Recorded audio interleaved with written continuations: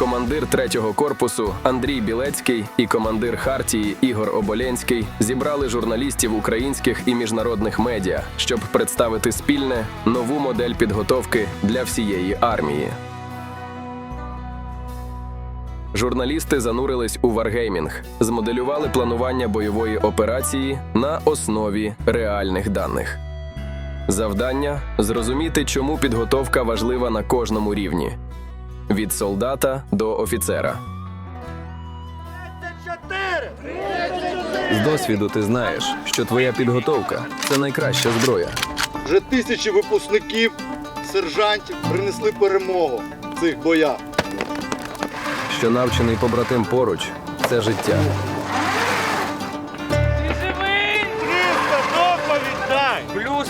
Що сержант, який дбає і показує приклад – це довіра. Максимальний час для того, щоб не здобути якихось навиків. І від цих занять ви маєте брати максимум. Я сержант! Я сержант! Лідер солдат! Що командир, навчений планувати, здатний приймати рішення і делегувати їх – це успіх. Будемо і інструкторів, скажімо так, підтягувати цього рівня. З досвіду ми творимо нове знання, нові спільні програми для бійців, сержантів та офіцерів, корпусу Хартія та 3-го армійського корпусу для успіху, довіри і збереження життя. Вимагайте від своїх командирів участі в програмі. Якщо можете розповісти про історію виникнення, як з'явилась ідея того, що треба узгоджувати програми підготовки солдат, сержантів та Не офіцерів? узгоджувати, да? А об'єднувати. Об'єднувати, да, безумовно. Тому що армія – це все-таки про уніфікацію в першу чергу. Дуже коротку хронологію. Тобто все почалося з того, як тройку перекинули на Борову. Через деякий час я був по запрошенню командира бригади, власне кажучи, на штабі Хартії тоді. Виник один критичний момент. Ми дуже давно планували запровадити Бетл-Кептона, але, відверто кажучи, через гарячку і так далі просто не доходили руки. Побувавши там, якби мені стало соромно, що ми не перші його все-таки запровадили. Дав задачу начальнику штабу. Дня через два вже, да, у нас була делегація до вас, власне кажучи, по перейняттю досвіду штабної роботи. Після того було таке ж точно лавірди з нашого боку. Після того почалася, скажімо так, співпраця, тоді ще не про ніякі програми мова не йшла, про обмін досвідом. Обидві сторони зрозуміли, що тут є проста річ, якої край не вистачає армії, це мінімальний аналіз і узагальнення цього самого досвіду. Значить, після цього ця історія мала дуже багато вимірів. Питання розвідки розглядалися, підготовки штабів розглядалися, питання організації роботи, наприклад, ОВП розглядались питання сержантської підготовки розглядались. В тому числі, насправді, ще до того, як з'явилася ця програма, вже провели 2 спільні курси по підготовці сержантів. На ту хвилину, де приймали участь кандидати в сержанти 2 уже тоді корпусів. Ми постійно обмінюємось на різних рівнях, тобто досвідом між 2 частинами і з'єднаннями. І відповідно в якийсь час виникла ідея про те, щоб це все перетворити на, власне кажучи, єдину програму. Навіщо оці спорадичні рухи, так, в будь-якому разі трохи несистемні, якщо можна створити єдину програму. Наші амбіції фактично охопити весь повністю спектр бойової підготовки, починаючи від старших офіцерів і штабів і закінчуючи БЗВП. На першому етапі визначили те, що є зараз для нас найкритичнішим, найгарячішим, не для нас, як для корпусів, а для України, як для воюючої держави і для української армії загалом. Тобто це базова загальновійськова підготовка піхотинця, базова загальновійськова підготовка людини, яка по кінцовці робить його саме солдатом. Сержант, як взагалі ультраключова ланка, і молодший офіцер. Той, хто безпосередньо буде, власне кажучи, на кому лежить зараз знову-таки повна відповідальність за поле бою на тактичному рівні. Але ще раз повторюся, вона починалася просто з Знайомство, хороших стосунків, да, які, власне кажучи, я тут кращий, я тут цей, спроби навпаки перейняти найкращі сторони один одного. Я можу на пальцях там перелічити без проблем, які сторони ми перейняли у Хартії, і які я підозрюю, що Хартія перейняла у нас. Так? Дуже багато. Так, відповідно.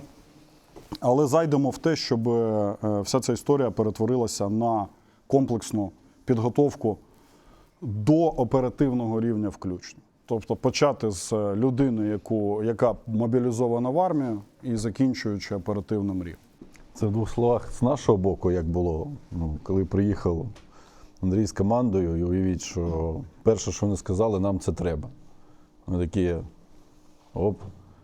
До нас, до приїзду на тройки було десятки бригад, десятки начальників штабів, командирів бригад, і всі казали, да, класно, але дякую. І тут через день, через два приїжджає одразу же команда. І ми відчули, що дійсно це потрібно.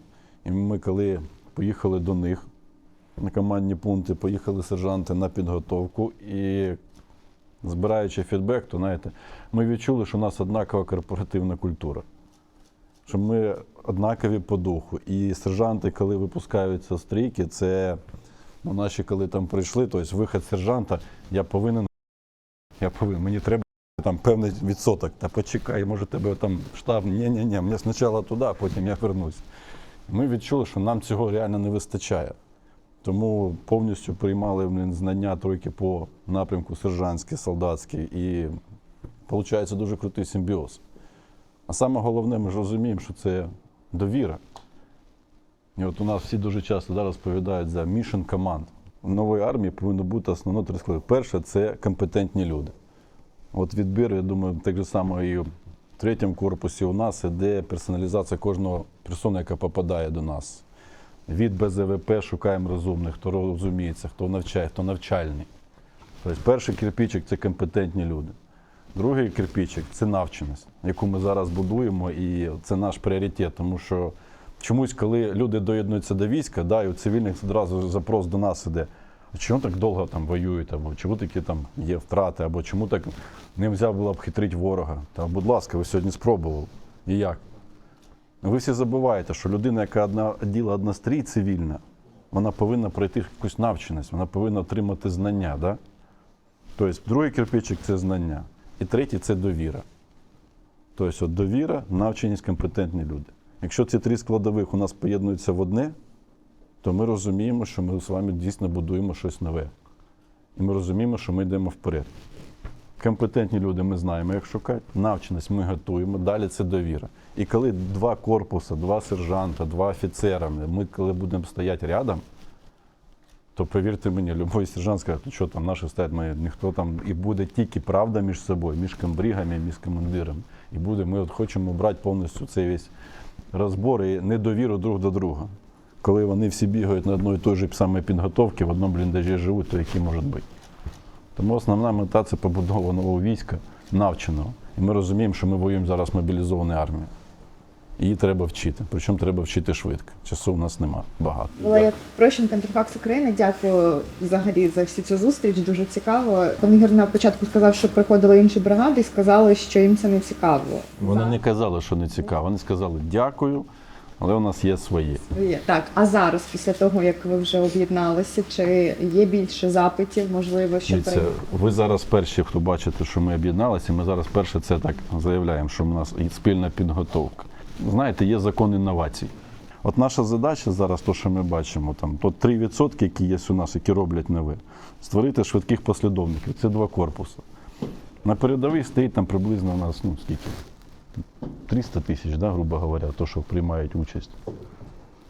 Середня буде. Та навіть менше цифр. Беремо условні цифри, щоб не було там витоку інформації. Військових Беремо там 300 тисяч, які стоять.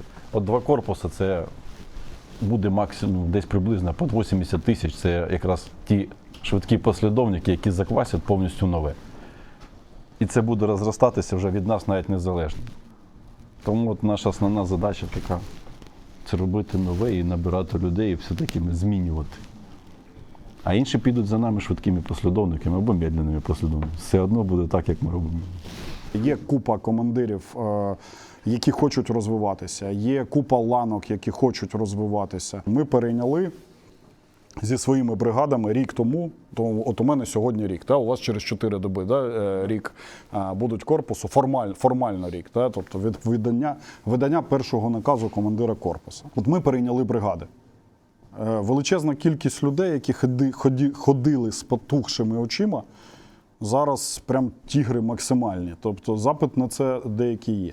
З іншого боку, ви повинні розуміти, що армія сама по собі – це її взагалі культурний код, причому не тільки в Україні, а в будь-якій країні світу, Сполучених Штатах Америки, Японії, Китаю, де завгодно. Вона взагалі дуже інертна структура.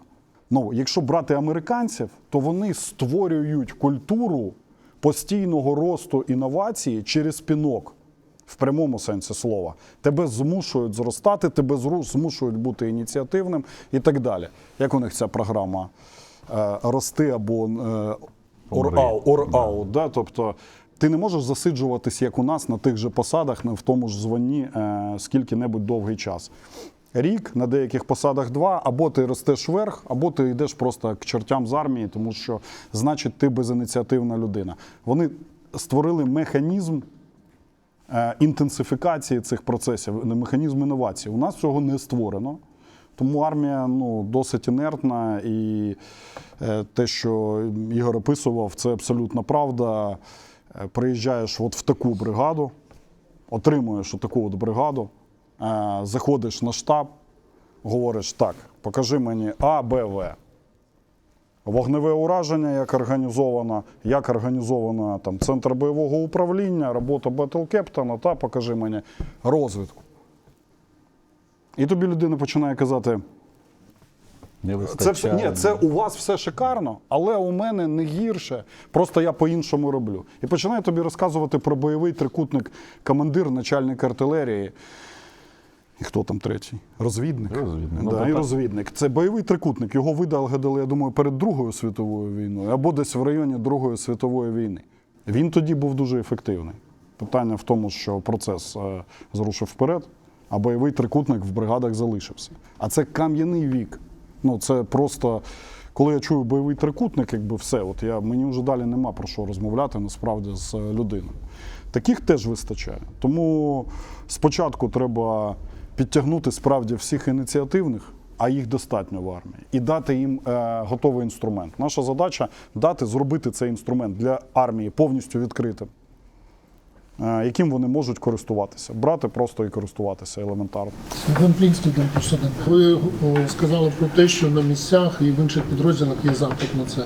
А є підтримка цього Генштабу, командування? Чи є можливість руху цієї ідеї туди, де, в принципі, потрібно починати?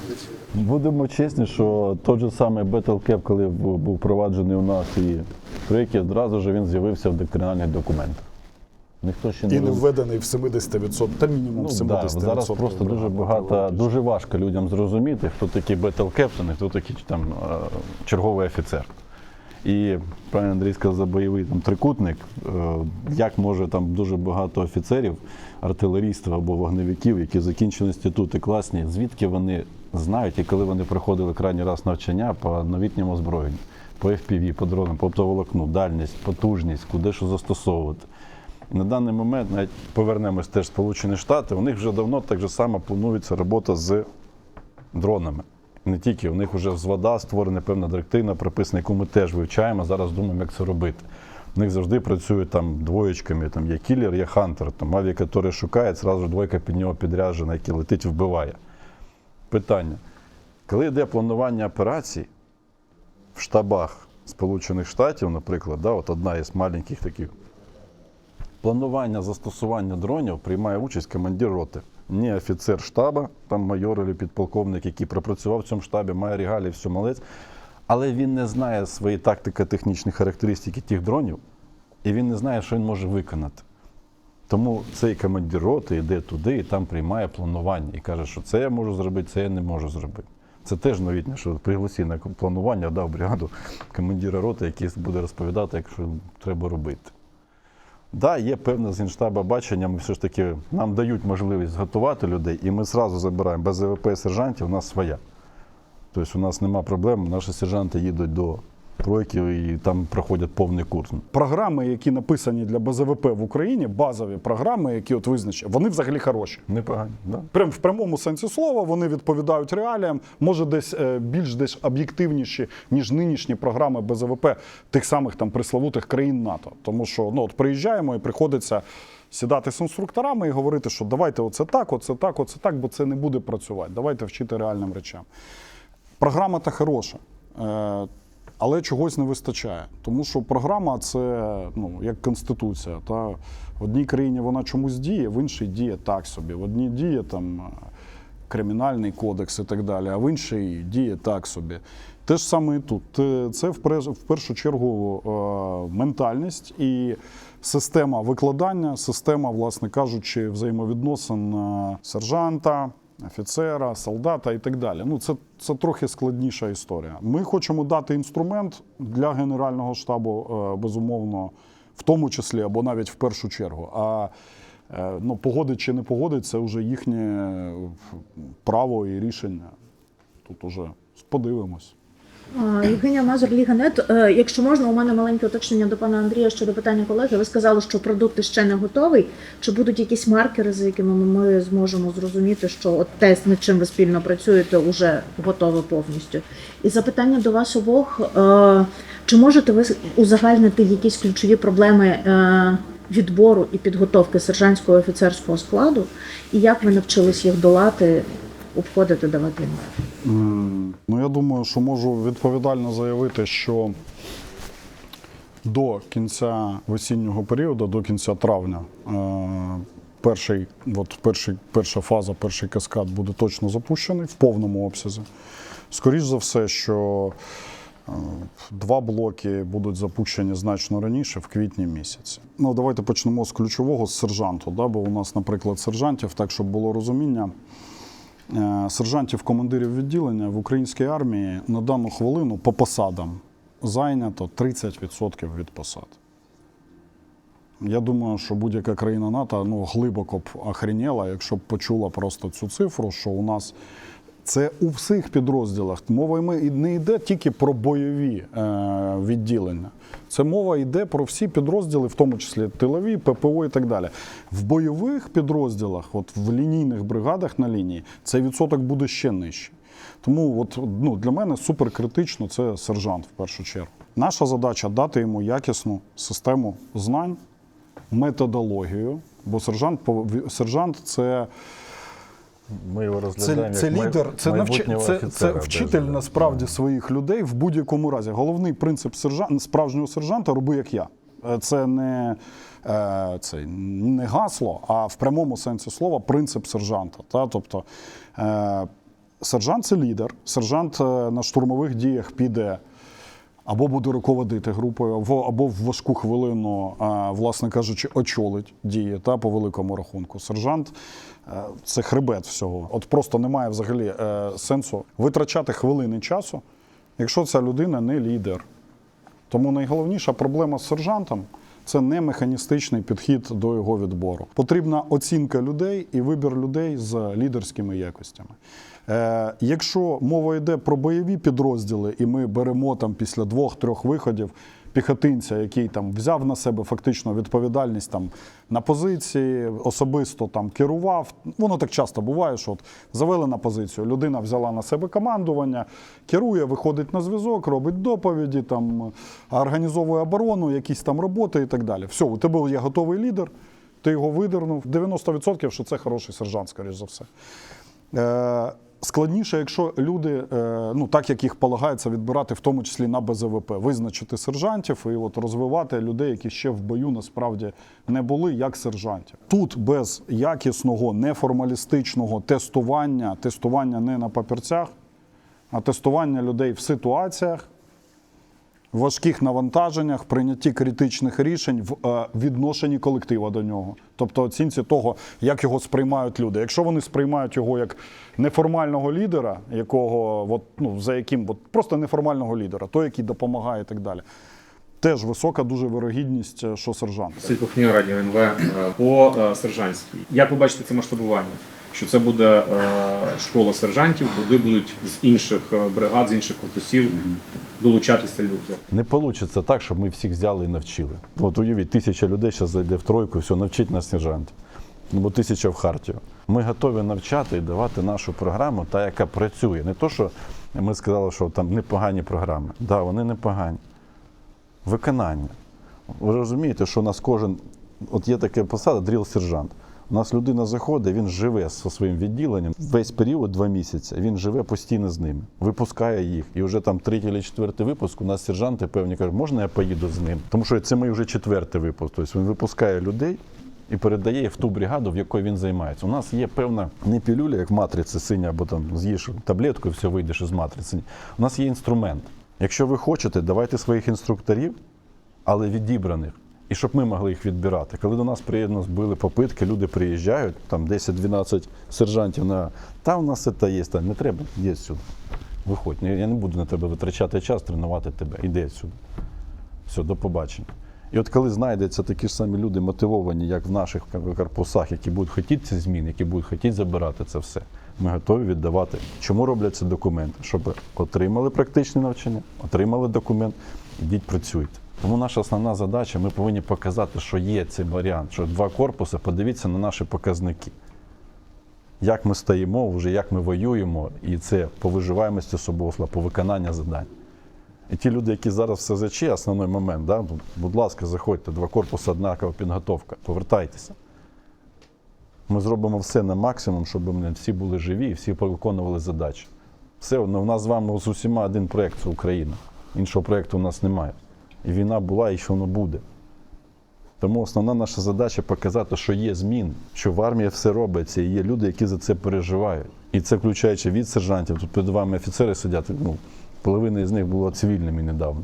І вони вже теж прониклися, прийшли. У нас був один випадок, я закінчу. Це прийшов один хлопець на БЗВП, його готували, все, сержанти там відзначили, що у нього непоганий він медик. Він каже, я ні в якому разі не повинен побати на передову. Ні в якому. Я боюсь, я не піду. Визначили медикам, це головний сержант розповідав. Визначили медикам. Да, отримав навчання, все, класний медик, забираємо. Виходить перший штурм, знаєте, де він оказався? В штурмовій групі.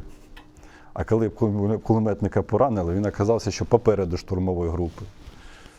І коли затягнув, все виконав своїми руками, каже, Боже, я такий щасливий, що я там був, тому що я тільки знав, тільки я міг це зробити, тільки мене навчили. Тобто людина від страху попадання на БЗВП, розумієте, від заходу, який тільки зайшов, який думав, що його тут б'ють, до моменту, що він перед штурмової групи вилазив, забирав пацанів поранених. Пройшло всього-навсього там 3 місяці. І таких історій мільйон в 3-му корпусі. І у нас. І кожен із них ведеться, кожен з них затягується, кожен з них переживається. І от наш основний меседж, що заходьте в армію, нема чого боятися, ми будемо робити все разом.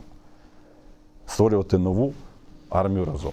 Якщо чесно, то максимальна амбіція – це по великому рахунку свій Форт Брег. Тобто свій дом піхоти, який буде побудований в Україні. Який стане яскравим прикладом, через який інші навчальні центри, те скотство, яке інколи в них відбувається, уже не зможуть просто продукувати, тому що їх всі спитають, з якого дива.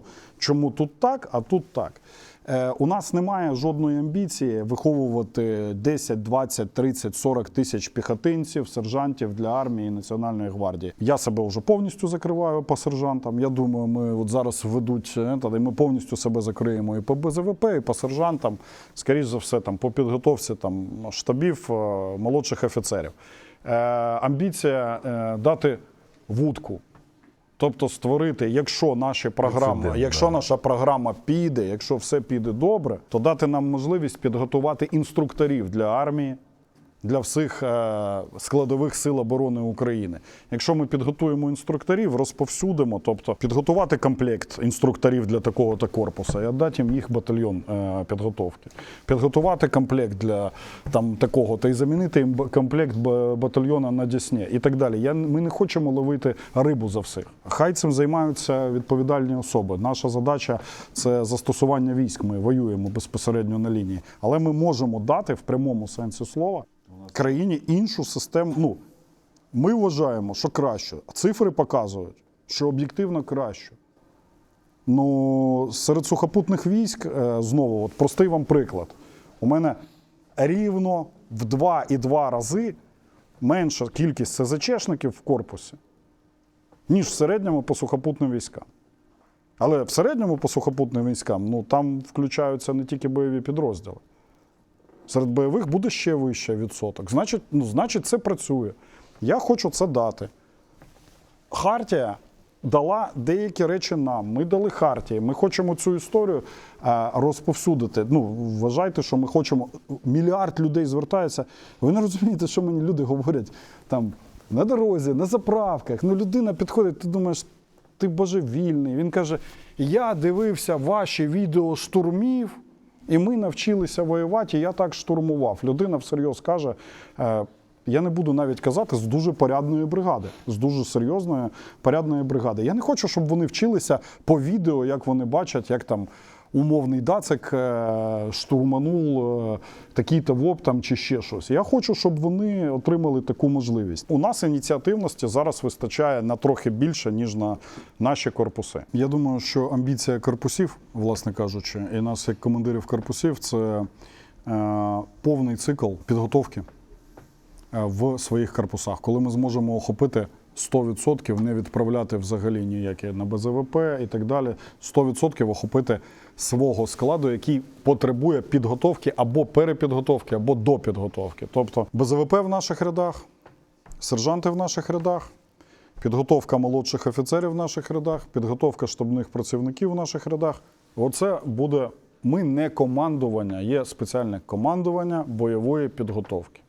Це ціле командування G7 з цілими генералами і так далі. Там їх багато насправді. Це їхня справа. Одночасно з цим, це наша, коли ми зможемо це, я не думаю, що це за 3 або 4 місяці стане реальністю. Дай Бог, щоб це стало реальністю там, за місяців 6 хоча. Ключове в роботі будь-якого штабу – це взаємодія, перетік інформації. Це ключове. Спільна робота мізків, тобто вони дають результат не по найрозумнішому, а дають якийсь або вищий за всіх разом узятих, або ні. Для нас також критично, всі задають питання, та навіщо? Ви зрозумієте, уже дає ефект величезний, просто елементарно безперервний потік інформації, як він повинен бути насправді в армії, між двома підрозділами. Бо досвід, він абсолютно різний. Інновації, вони різні. Швидкість їх прийняття, швидкість їх розповсюдження і так далі. Вона різна. Associated Press, Сергій Робогана. Цікаво дізнатися трохи більше про міжнародний досвід. Розуміємо, що є чим поділитися зі світом. Цікаво, чи були контакти до вас, до кожного з корпусів, можливо, горизонтальні, можливо, неформальні, від інших держав, країн НАТО на навчання? І якщо так, чи вдалося щось реалізувати? Бо здається, що вже є багато чому, щоб навчити, не лише переймати, що ви, в принципі, також це. Тут більше, мабуть, тройка скаже, бо у них більше контактів, які вони працюють. На даний час, те, що нас стосується, це штабна робота, приїзди іноземних делегацій, яким цікаво, як ми застосовуємо, так само, як і тройка, та Military Decision Making Process, цей процес. В чому проблема, як робити. І ми по TLP ми зрозуміли, що дійсно це мінімум 10 циклів, щоб командир взводу, замком взводу зробив 10 циклів планування, тоді воно йде. Їм це важливо. Як планувати, що робити. А от то, що стосується іменно міжнародки, то більше мені Андрій скаже. На відміну від України, в країнах НАТО After Action Review і усі ці lesson learned, вони прям в їхньому коді зашиті армії. Вони цим займаються вкрай системно і це дає результат. Тому є така співпраця, як, давайте чесно казати, вони вчаться на нашому досвіді. Вони нам допомагають, безумовно. Ми повинні дати те, що ми можемо дати. У України це досвід. Відповідно, на всіх рівнях. Вогнева підтримка, розвідка. Безумовно, в першу чергу їх зараз всіх цікавить застосування безпілотних систем, це очевидно. Зміна тактики піхоти на полі бою, системи зв'язку. Насправді, я не знаю навіть, які напрямки. Логістика, мабуть, ніколи не зачіпалася. Є неформальний, а може і формальний альянс деяких північноєвропейських країн, який стосується як екіпування, так і бойової підготовки української армії. Вони підійшли до цього, я скажу відверто, значно системніше, ніж великі країни.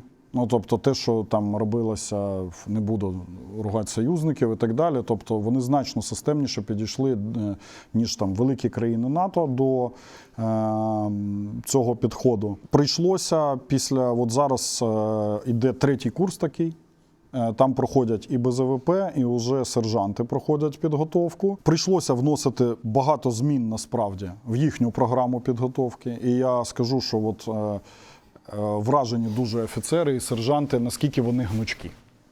От, у них просто фантастична гнучкість, вони моментально вносять в програму підготовки, і на наступний курс вони вже проробили своє домашнє завдання і прийшли з абсолютно іншим рівнем. Не просто включили те, що їм сказали, а проаналізували, підійшли до цього творчо, підготували матеріальну базу і вже в це включили повністю як частину бойової підготовки. При цьому всьому вони запросили інструкторів з корпуса, тобто спочатку проводили виключно ці країни, але тепер вони запросили на останні двоє вже інструкторів з корпуса, бо вони самі цікавляться двома речами. По-перше, методикою нашого там викладання, обміном досвідом і так далі. Тобто там змішані інструкторські групи, спецпідрозділи оцих північних країн, плюс наші інструктори. А друге, що їх цікавить, це дуже цікаво, от теж наскільки люди глибше підходять до аналізу війни. Вони зрозуміли, що їхня підготовка направлена на підготовку контрактного солдата малої контрактної армії.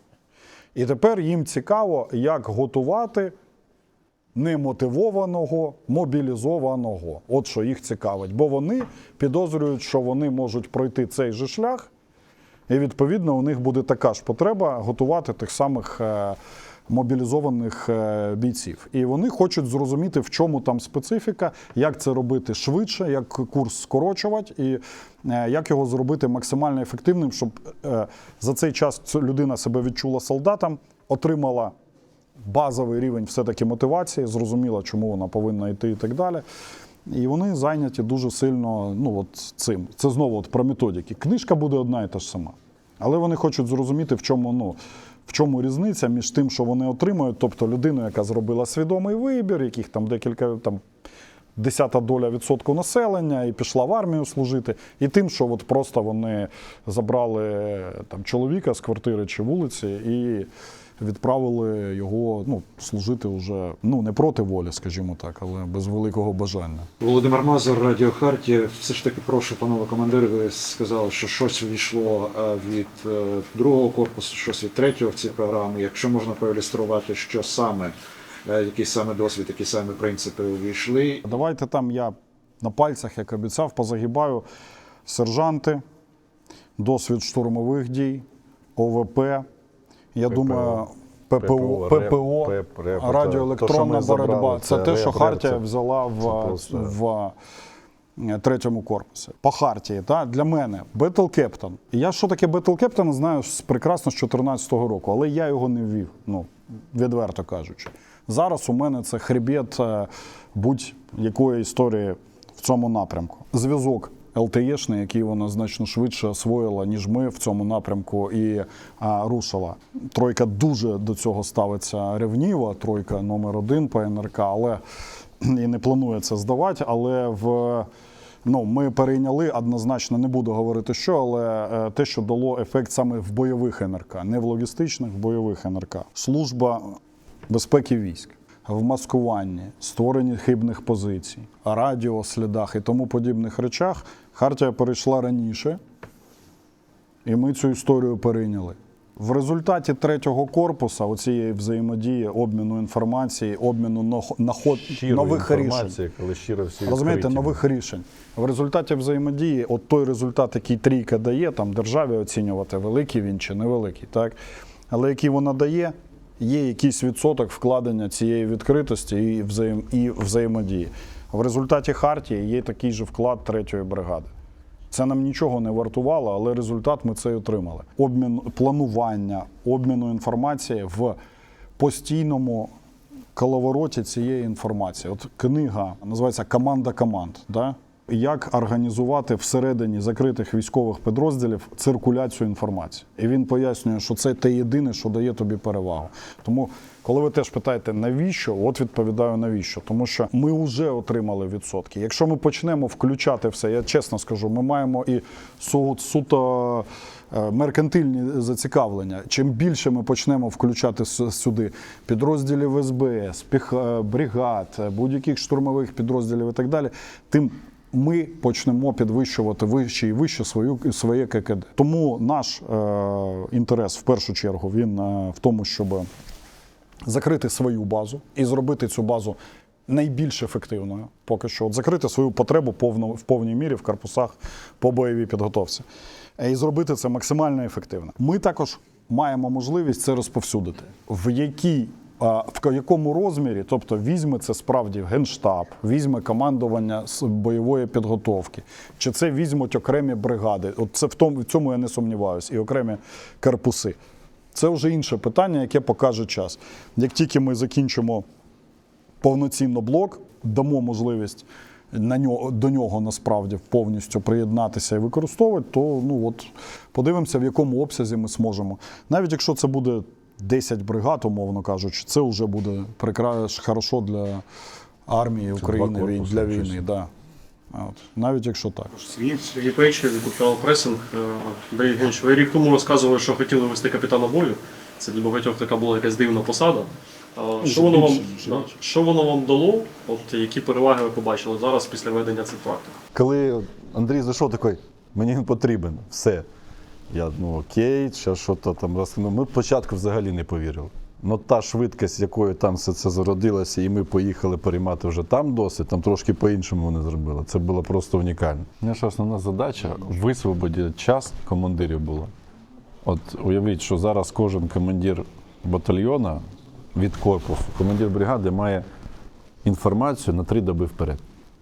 Ось основна задача. Ми даємо їм повністю інформацію, генеруємо, розуміємо, що буде робити противник, і даємо на 72 години. Батальйони отримують на 24 години, 48. Тобто ти знаєш, що наступні 24 години буде робити противник. Уявляєш? У тебе є час перекинути війська, у тебе є час там застосувати резерви, БПЛА додати, все, є на щось час. Ти намагаєшся забрати ініціативу. І саме от Battle Captain теж сидить, який єдиний запускав їх. Вони всі, це полковники, підполковники, вони шурували в мене всі на позиціях, від артилерії до БПЛА, і працювали звичайними номерами розрахунку. Полковник заходить, здравствуйте, я у вас сьогодні заряджаючий. На тиждень. Чого? Тому що коли він стоїть Ми побачили, коли Battle Captain вводили, що командир стоїть Battle Cap і кричить, що так довго, що ви там мучаєтесь? Поняв? Туди. Всі уїхали туди. Він цей снаряд 46 кг поносив, позаряджав, позрозумів. Потім виїжджає командир, я все пам'ятаю, ні-ні-ні, до БПЛА, і що туди на місяць. Вони об'їжджають всі посади. Тільки щось нове з'являється, командири Battle Captain їдуть, дивляться, як цей боєприпас працює, чому так довго. І коли він вже знаходиться на своєму місці, там нема крика. Він розуміє, чому, скільки. Є чіткий термін першого пострілу гармати, є чіткі терміни всього. Але основна задача, щоб вони були професійними. Вони це кілери, вони повинні мати бажання. Як тільки людина втрачає, правильно Андрій сказав, що він вже не дивиться на цей екран, йому скучно, сумно, все, відпуску. Є чіткий період часу, скільки вони можуть бути активними. Як тільки активна бойова йде, ще зменшується.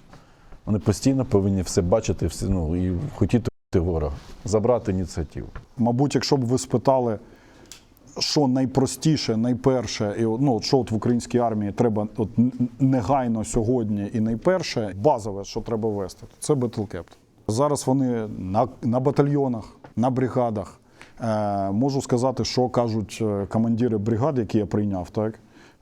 Я ж далеко не всіх поміняв командирів бригад. Кажу, що зайшло, що не зайшло через півроку. Каже, я не можу зрозуміти, чому ми такі, що ми не ввели Battle Captain і нормальне планування, і цикл ОВП, каже, не ввели давним-давно. Каже, нічого простішого, каже, я навіть не знаю, що можна було придумати. От дослівна оцінка командирів бригад. Сержант не може сісти. Як це буде? Сержанти ці теж загнані в цих бригадах, вони загнані. Кожен раз вони питають у командира прийняв рішення таке-то, прийняв рішення таке-то. Так тоді цей командир не звільнений. Але з часом вони місяць-два мої отак сиділи, дивилися, кажуть, ну ці не введуть. Ну просто кажу, ну вони не самостійні. Але з часом у парней йому казали, давай поставимо там молодого парня ротного, там, Героя України.